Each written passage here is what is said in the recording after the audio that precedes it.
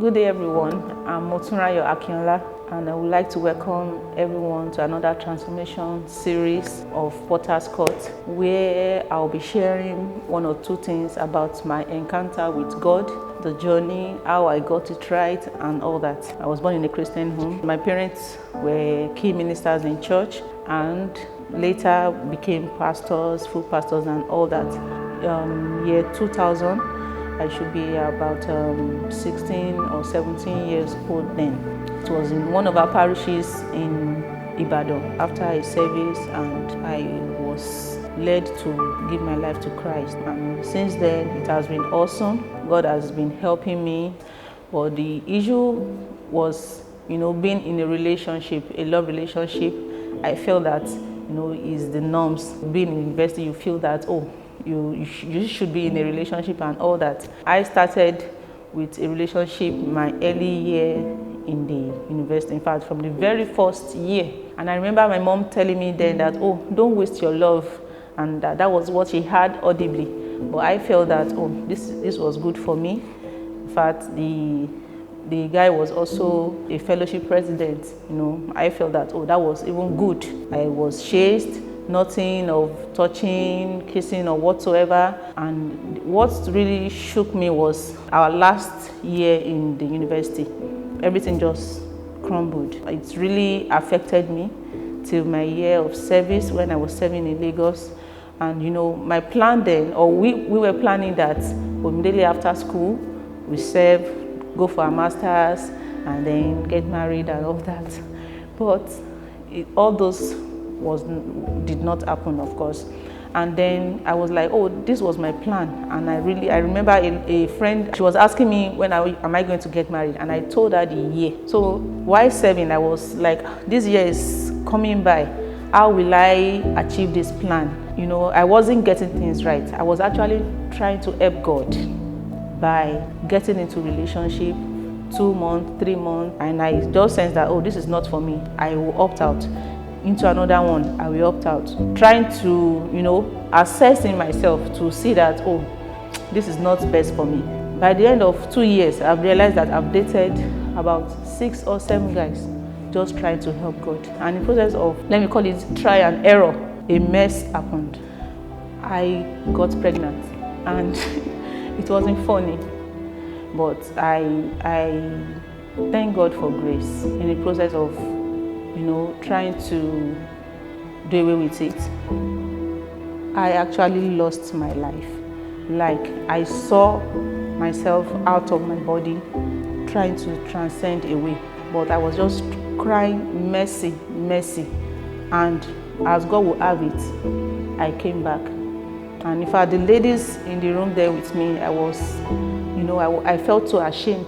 Apologizing to them. But as God will have it and will save me from, will I call it dodging, because I was so gone. I got an appointment to work in the Redeemed Christian Church of God as an administrator, which I was declining. In fact, my mom submitted my CV for me. Motunrayo, they are calling you. I said, no, I don't want to work in the church. I just want to do my business, because I was running some network businesses, and I was doing fine. Actually, I was doing fine. But until she involved some senior pastors, 2 other provincial pastors, they had to call me. I was like, these people can't be calling me, and then I'm doing what? That was when I had to rush down. In fact, I missed the interviews, I missed the exams, but the day I entered the director's office, like, you? So it's you. Just resume on Monday. You've really made us to face some embarrassment, but I just thank God for all, because I know that it was divine arrangement. I know that God loves me so much. And in that place of work, I just felt like, what kind of life is this? This is not the job I wanted.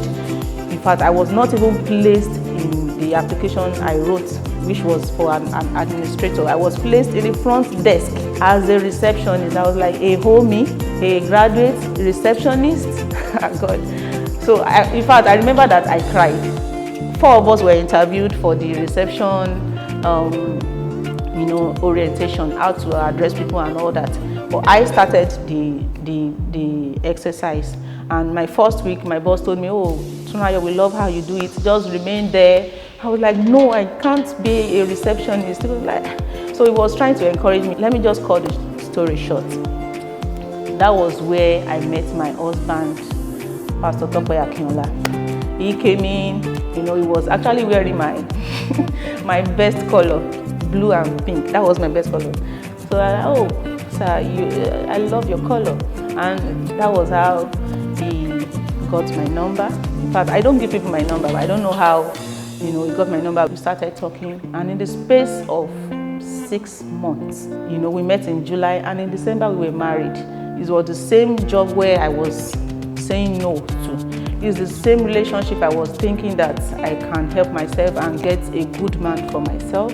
But God will just arrange it, and using a lot of people for my life, placing me in that place, and even the place I thought was not best for me, that was where I met my husband. I was just trying to help God, not knowing that God has something in stock for me. And in the process of doing that, there were messes, and I know that is something that can translate to a message to touch people's life. You're looking unto God to bless you in one way or the other, and you feel that, oh, this is how you can go about it. No. But until when I was on camp, I really had a major prayer with God. In fact, I knew that I prayed that prayer that, no, Lord, anything relationship, I don't want to bother myself about it again. Do what you want to do. And that was how I met my husband.